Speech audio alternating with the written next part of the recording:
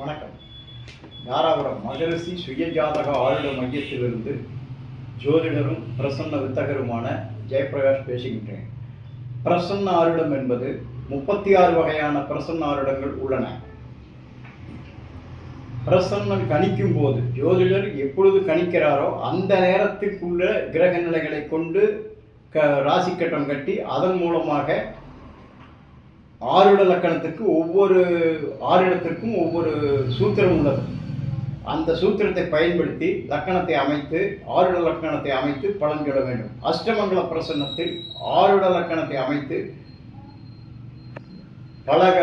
முன்னர் நடந்த பலனை தெரிவிக்கலாம்.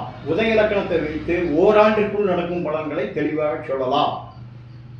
அதேபோல் தேர்தலில் வெற்றி பெறுவேனா என்று ஒருவர் விளங்கினால் தேர்தல் தேதி அறிவித்த முன்னர் தான் தேர்தலில் யார் வெற்றி பெறுவார் என்பதை கண்டறிய முடியும்.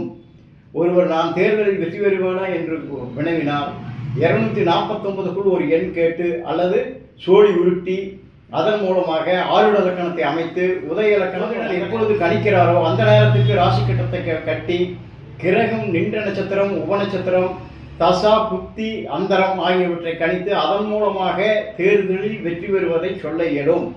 அதற்கு முன்னர் ஓராண்டுக்கு முன்னர் 1.5 வருடங்களுக்கு முன்னரெல்லாம் சொல்வது இயலாத ஒன்று. அவ்வாறு சொன்னதெல்லாம் தவறாகவே போய்விட்டது என்பதை கண்கூடாக கண்டிருப்பீர்கள் நீங்கள் என்று கூறி நன்றி நல்கி விடைபெறுகிறேன்.